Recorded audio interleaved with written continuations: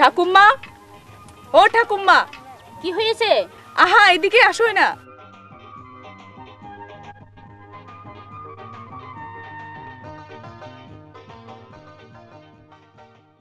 কি ওই দেখো। এর নতুন কি? জুম চাষ যতকাল থাকবে পাহাড়ের বুকে এভাবেই আগুন জ্বলবে।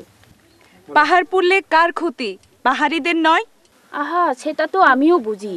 পাহাড় পুড়ছে, চেনা অচেনা কত গাছ নষ্ট হচ্ছে, লতাগুলো পুড়ি ছাই। মাটি ক্ষয় হচ্ছে, উর্বরতা নষ্ট হচ্ছে। করার তো কিছুই নেই।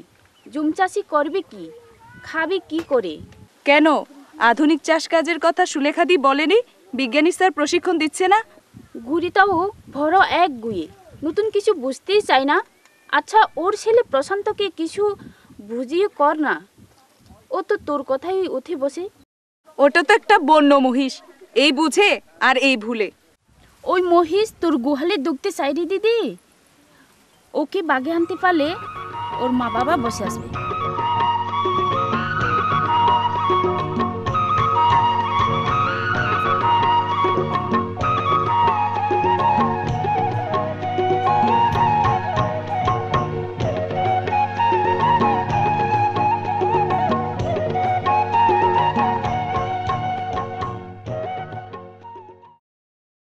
গরিমাসি,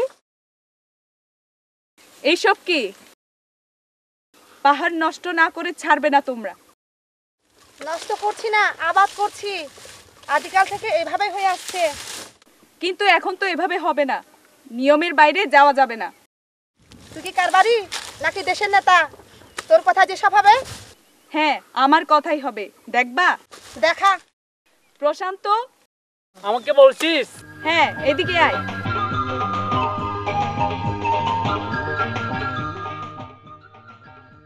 ধর, আগুনের মধ্যে পানি ঢেলে দে।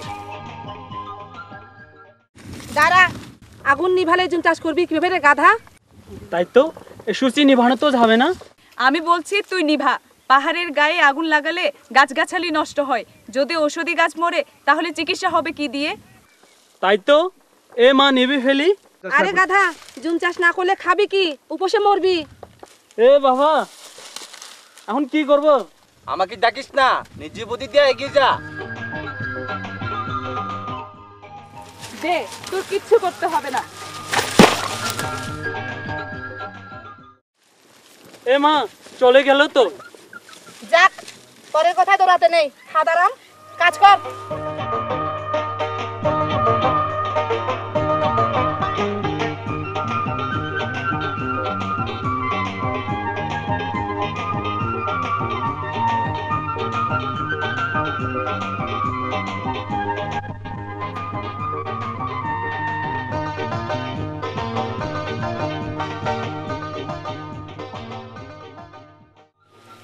দিদি, কোথায় যাচ্ছ? এই একটু কাজে বেরিয়েছি। আচ্ছা রে সুচিতা, এ কাজটা করলো কে? কে আবার? প্রশান্তের মা গরিমাসি। আমি এত করে বুঝালাম, তারপরও কাজটা করলো?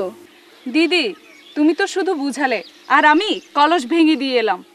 আচ্ছা দিদি, তুমি তো উপসহকারী কৃষি অফিসার, আবার তার উপর বড় ঘরের মেয়ে, তুমি জোর করে একটা কিছু করো না?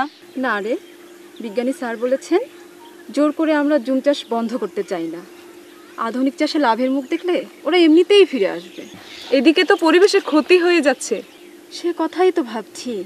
শোনো সুচিতা, পাহাড়ি কৃষির উপর আমরা একটা প্রশিক্ষণের ব্যবস্থা করছি। তুমি তোমাদের পাড়ার কয়েকজনকে এই ব্যাপারে উৎসাহিত করো। নিশ্চয় করব, কিন্তু গরিমাসিকে একবার দেখে নিতে চাই। শোনো শোনো, গৌরীমাসিকে দেখে নিতে হলে আগে প্রশান্তকে প্রশিক্ষণ দিয়ে গড়ে তুলতে হবে। আর আমি যতদূর জানি তুমি পারবে, কারণ প্রশান্ত তোমার প্রতি বেশ দুর্বল। কিন্তু দিদি, বোকাশোকা। না রে, বল সহজ সরল। তার উপর প্রেমে পড়লে সব যুবকই ভ্যাবাচাকা খেয়ে যায়। কি বলবে, কি করতে হবে বুঝে উঠতে পারে না। তো ঠিক আছে, যাই রে।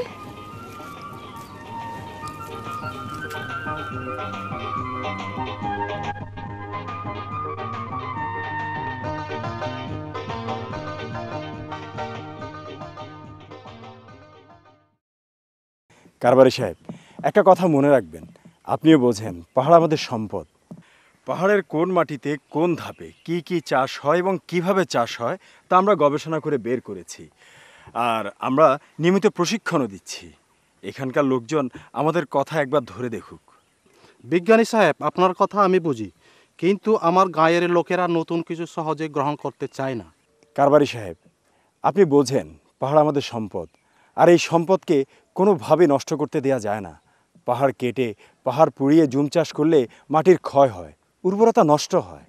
স্যার, আমি এখানকার বেশ কয়েকজনের সাথে কথা বলেছি, ওরা প্রশিক্ষণও নিতে চায়। নিশ্চয়ই, আর এই প্রশিক্ষণ হবে হাতে কলমে। সুলেখা, আর একটা কথা মনে রাখতে হবে, এই পাহাড়েই পাহাড়ি আদিবাসী এবং বাঙালির বসবাস। এখানে শিক্ষায় কেউ এগিয়ে কেউ পিছিয়ে। আমাদের কৃষি প্রযুক্তি অনেকে হয়তো গ্রহণ করতে চাইবে না, কিন্তু তাদেরকে আমাদের নিজেদের মতো করেই গ্রহণ করাতে হবে। আমি ভাবছি অন্য বিষয়। বলুন। আমাদের পার্বত্য চট্টলার পাহাড়ি পথগুলো বড়ই দুর্গম। ফল, ফসল, সবজি এগুলো সঠিকভাবে উৎপাদন করেও বাজারজাত করা যায় না। কৃষকরাও সঠিক দ্রব্যমূল্য পায় না। এই বিষয়টি আমাদের মাথায় আছে, তাই আমরা কৃষকদের সংগঠিত করে একটি সমবায় ভিত্তিক বাজার ব্যবস্থা গড়ে তুলব। এই পাহাড়ের প্রতিটি উপজেলার বিভিন্ন কেন্দ্রীয় স্থানগুলোতে আমরা কেন্দ্রীয়ভাবে ক্রয় বিক্রয় কেন্দ্র স্থাপন করব। বাহ, চিন্তাটা তো ভালো। কৃষকরা সঠিক ন্যায্য মূল্য পাবেন। তাই তো বলছি কাকা, তোমরা গ্রাম প্রধানরা এগিয়ে এলে আমরা এই সবুজ পাহাড়কে যেমন করতে পারবো সমৃদ্ধ, আর পাহাড়িরাও হবে সচ্ছল। বিজ্ঞানী সাহেব, আপনারা এগিয়ে চলুন, আমি আসি আপনাদের সাথে।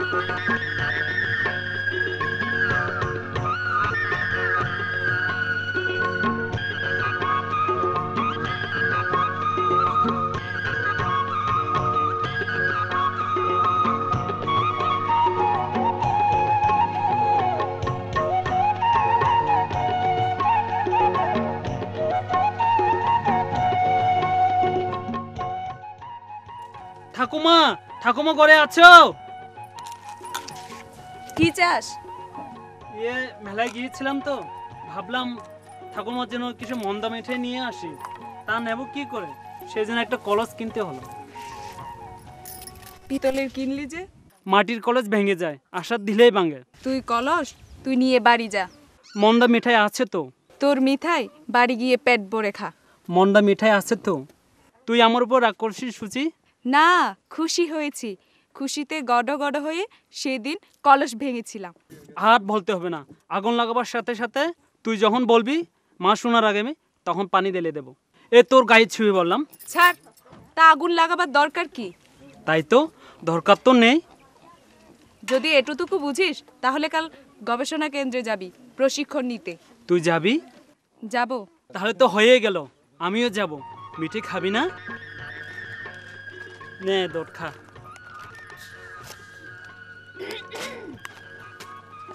বনমহিষ তাহলে গোহালি ঢুকেছে? ঠাকুমা, বুঝি, এখন শুধু গলা রশি পরাবার পাল্লা।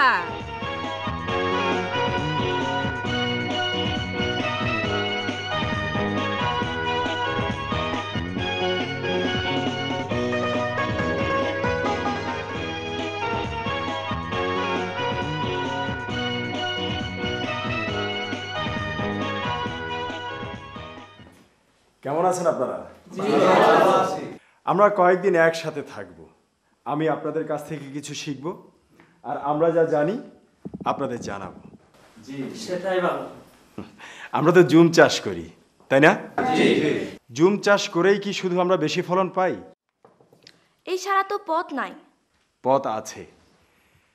আমরা জুম চাষের পাশাপাশি আধুনিক কৃষি কাজকে কাজে লাগাতে পারি। পাহাড়ের ঢালে আমরা পেঁপে, কলা, পেয়ারা, লেবুর চারা রোপণ করতে পারি। পাহাড়ে রোপণ করা যায় আম, কাঁঠাল, লিচু, জাম্বুরা সহ নানা জাতের ফলের গাছ। তাছাড়া ধান, ভুট্টা, মারফা, কাউন, তিল এইসব পাহাড়ের পাদদেশে চাষাবাদ করা যায়। এছাড়া পাহাড়ের ঢালুতে আমরা আড়াআড়িভাবে সারিতে আনারস এবং অড়হর চাষ করতে পারি। পাহাড়ে মৌসুম ভিত্তিক বিভিন্ন শাকসবজির চাষাবাদ করতে পারি আমরা, যেমন শিম, মিষ্টি কুমড়া, টমেটো এইসব আমরা চাষাবাদ করতে পারি। আমরা তো আমাদের মতো চাষ করি। চাষ কাজে আপনাদের পরামর্শ কি তাই আমরা জানতে চাই। সেই পরামর্শই আমরা আপনাদের দেব। আসুন আমরা আমাদের প্রদর্শনী মাঠগুলো আপনাদের নিয়ে ঘুরিয়ে আসি। আসুন।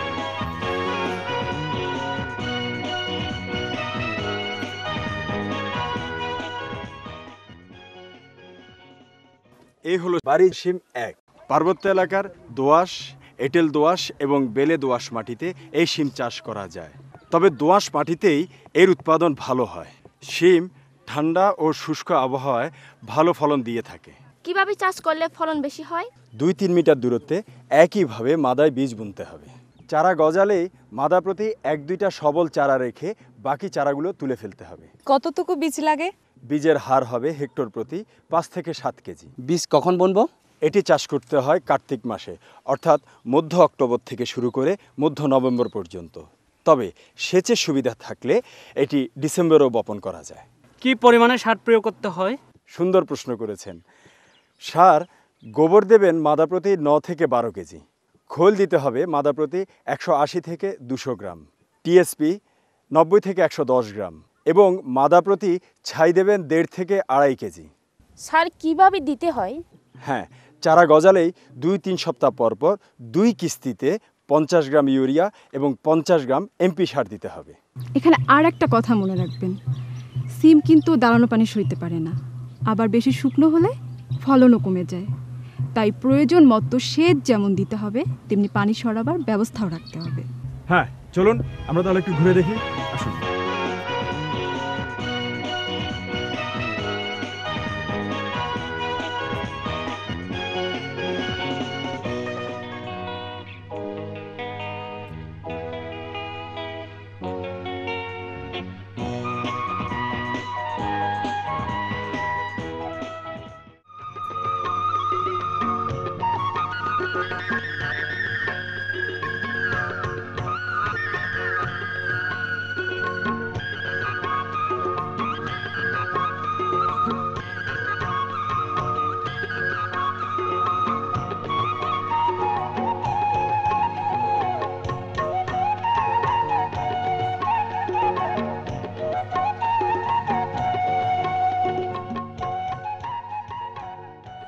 প্রশান্ত, হ্যাঁ আকাশে মেঘ দেখছিস? দেখছি।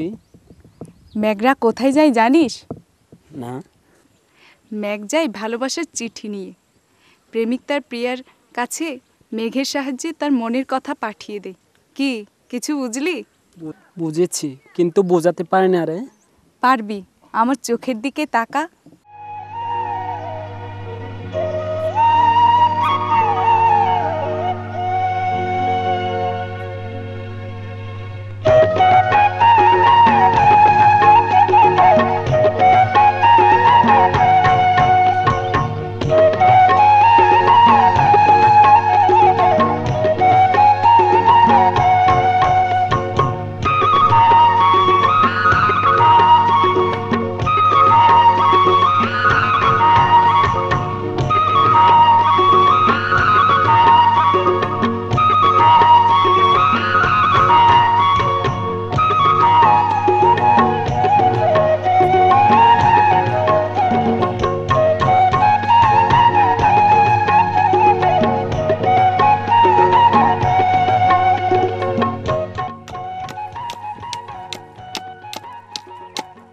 দাঁড়া, কোথায় ছিলি এতক্ষণ?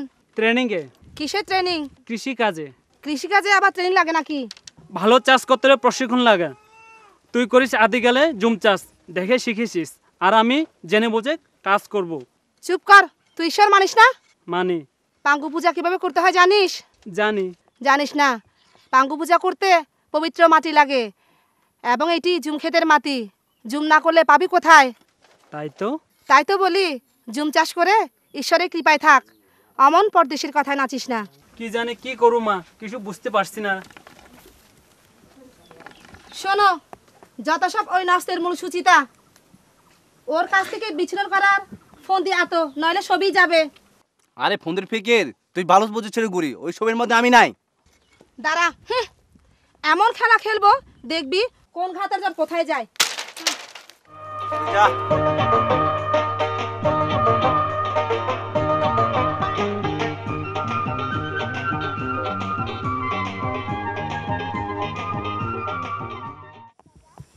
ঠাকুমা, কি প্রশান্ত, এত সকাল সকাল? ঠাকুমা বড়ই ঝামেলা পড়লাম গো। সুচি কিছু বলছে? না, মা বলল জমির মাটি সারা পাঙ্গপুচে হয় না। তা ঠিক, তবে এত বড় পাহাড়ি এলাকায় জমির মাটি কি অভাব? শুনো, আধুনিক চাষ শিখে নিন। জমির পাশে আধুনিক চাষও হোক, আয় বাড়বে, জীবনে সুখ পাবে। মা বলল জমির ঘরে বিয়ে দেবে, বলিস কি? ফসল তুলে মালা বদল। তোর কি মত? বুঝি না ঠাকুমা, তোর তো বুদ্ধি বেশি, তুই একটা কিছু কর। ঠাকুমা কিছুই করবে না, যা ঝুমিয়ের ঘরে যা, আর কখনো এখানে আসবি না। ঠাকুমা, আর একটা কথাও বলবি না, তুই এখান থেকে যা প্রশান্ত। কি রে, তাড়িয়ে দিলে? তো কি করব, গরিব মাসির পা ধরে বলবো আমাকে ভিক্ষে দাও? গুড়ি তাহলে নতুন খেলা খেলছে? ঠিক আছে, আমার নামও মাধবী, আমিও এর শেষ দেখে ছাড়ব।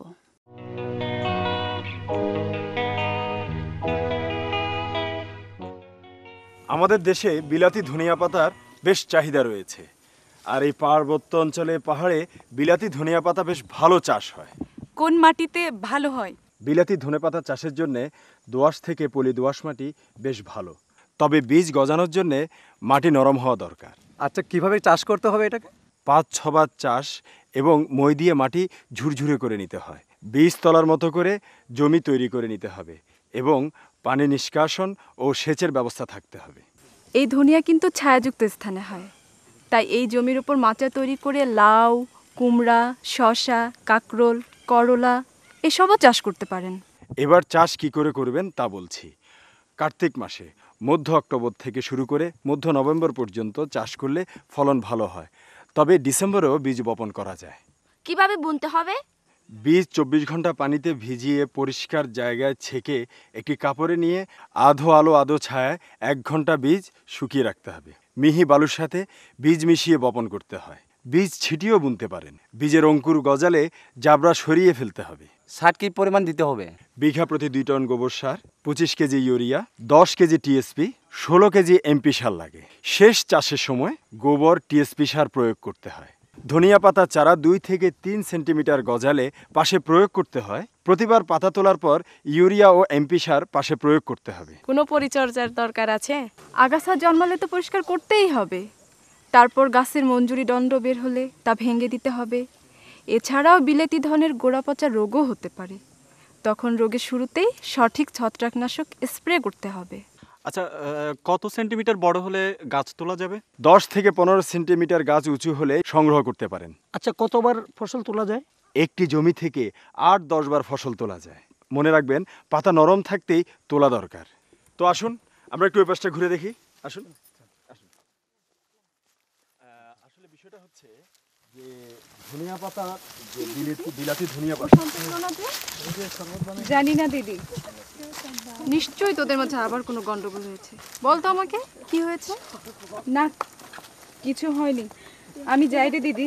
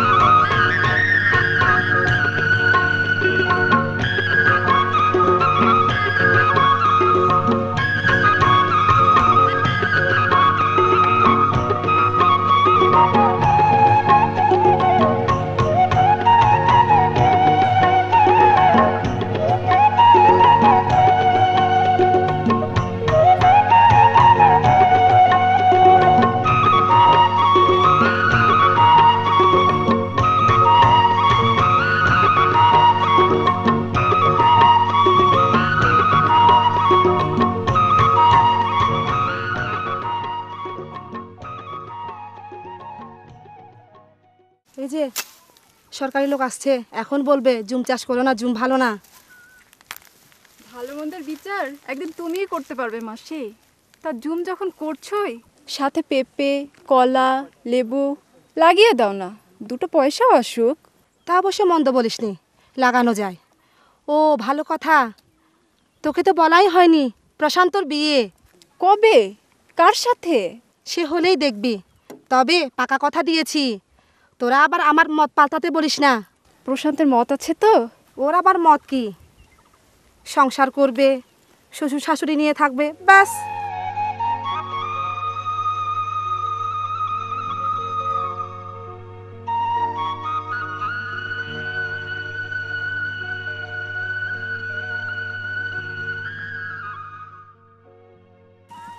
কি রে প্রশান্ত, একা বসে আছো যে? কিছু ভালো লাগছে না দিদি, মন খুব খারাপ। তুমি সুচিতাকে ভালোবাসো, আবার শুনলাম তোমার অন্য জায়গায় বিয়েও ঠিক হয়েছে। আমি কিন্তু কিছুই বুঝতে পারছি না। তোমরা আমাকে কেউ বোঝো না, যেদিন আমি সত্যের চেয়ে হারিয়ে যাব তখন বুঝবে। পাগলের মতো কি সব বলছো? হারাবে কেন? শোনো, তুমি ঠাকুমার কাছে যাও, দেখবা ঠাকুমা নিশ্চয়ই তোমাকে কিছু না কিছু বুদ্ধি দিবে।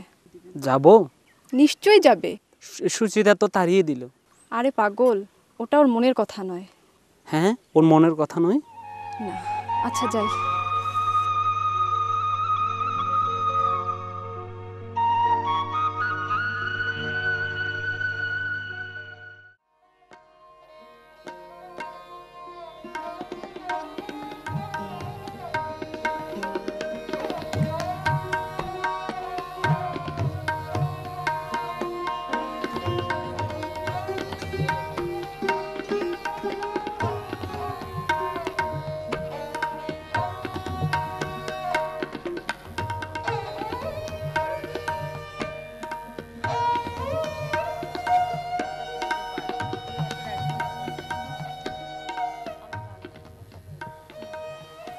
কিরে, মন খারাপ?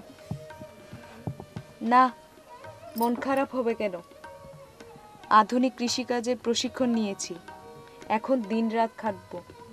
আর কিসের চিন্তা? মন বড় বেহায়ারি দিদি, কারো সাপ একবার পড়ে গেলে সহজে মোছা যায় না। ও ঠাকুমা, তুমি ঘুমাও তো, আমার কথা বলতে আর ভালো লাগছে না।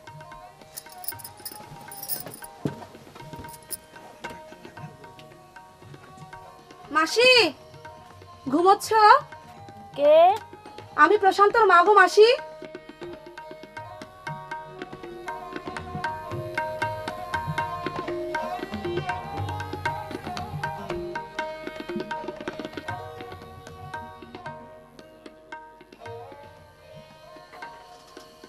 কি হয়েছে?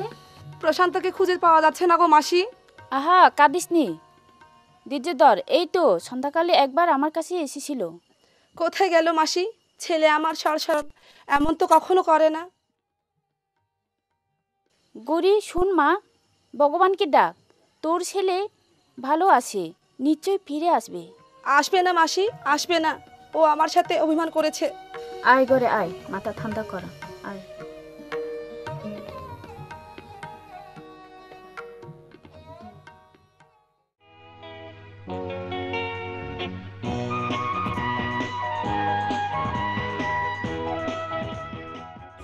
পাহাড়ে দোআঁশ মাটিতে আখের চাষ বেশ ভালো হয়, আর আখ দীর্ঘ সময়ের ফসল বলেই এর সাথী ফসল হিসেবে তরমুজ, ক্ষীরা এবং মিষ্টি কুমড়া চাষ করা যায়।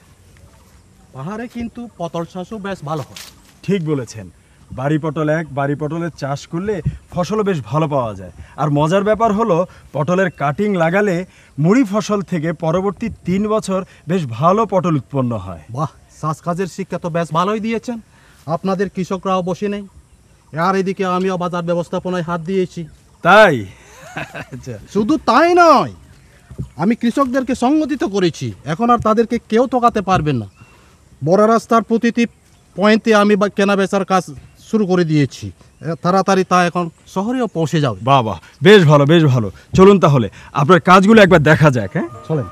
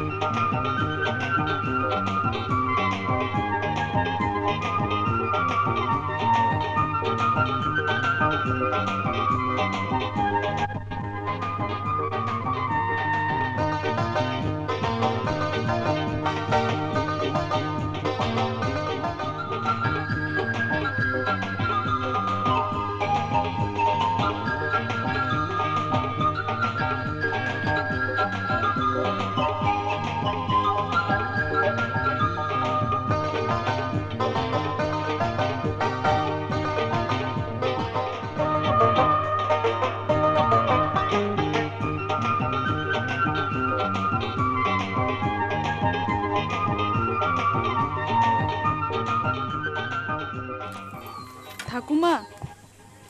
কি রে, খুশ পেলি? না। আচ্ছা আমি বলি, যে গেছে তো গেছে, তুই নিজেই তো বিদায় করেছিস, এখন অন্য একটা গলায় ঝুলিয়ে ফেললে হয়। চলি ঠাকুমা। আহা, আমি কি করে বলবো? স্যার, আপনার আধুনিক কৃষিকাজ করতে গিয়েই আমি প্রশান্তকে হারিয়েছি।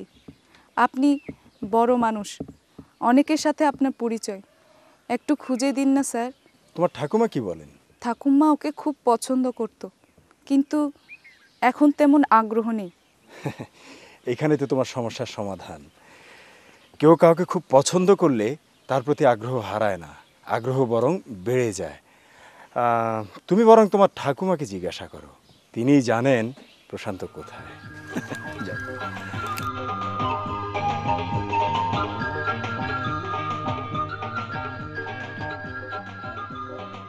এ তো ভারী মুশকিল পড়া গেল, আমি জানবো কি করে? ঠাকুমা, নাটক করো না তো। তুমি শুধু একবার আমাকে প্রশান্তের কাছে নিয়ে চলো। নিতে পারি একটা সত্যি। কি শর্ত? প্রশান্তকে দেখতে পাবি দূর থেকে, কথা নয়, নয় কোনো প্রশ্ন। আমি রাজি। তাহলে কাল বিকালে যাব।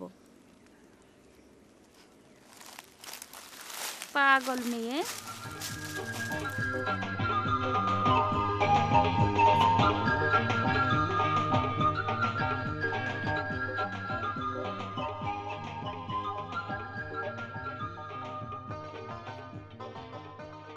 অপূর্ব, বাহ কি সুন্দর। ঠাকুমা, এই তুমি আমায় কোথায় নিয়ে এলে? এই যে কৃষি স্বর্গ। এই স্বর্গ তৈরি করেছি প্রশান্ত। প্রশান্ত? ঠাকুমা, ওই তো প্রশান্ত আসছে। কোনো প্রশ্ন নয়, শুধু দেখে যা। আমি আর দেখব না ঠাকুমা, চলো ফিরে যাই। কেন চলে যাবি? আজ তো তোর জয়ের পালা। তোর প্রশান্ত আধুনিক কৃষি চাষে তাক লাগিয়েছে। এই তাক লাগানোর পিছনে শক্তি মাধবী মাসি। হ্যাঁ সুচিতা, তোমার ঠাকুমাই এই কাজ করেছেন। প্রশান্তকে চাষাবাদের জন্য জমি দিয়েছেন, আর আমাকে কৃষিকাজ করার জন্য সাহায্য করতে বলেছেন। গরি, তোর পরাজয় মানিস? এ পরাজয় না হলে আমি কি এত বড় সুখের মুখ দেখতে পেতাম মাসি? তাহলে শুভ কাজে আর দেরি কেন? কিসের শুভ কাজ কাকা বাবু? তোমার বিয়ের শুভ কাজ। তাহলে ওই মেয়েটি? ওই মেয়েটি তো প্রশান্তর ভাতিজি, তোকে কাকি ডাকবে। নয়তো কি পোড়ামুখী ভেবেছিস ওই মেয়েটি প্রশান্তর বউ? পীড়িতের মহি সারালে এমনই হয় গো ঠাকুমা। তাহলে বিয়ের আয়োজন তা এখনই করা হোক।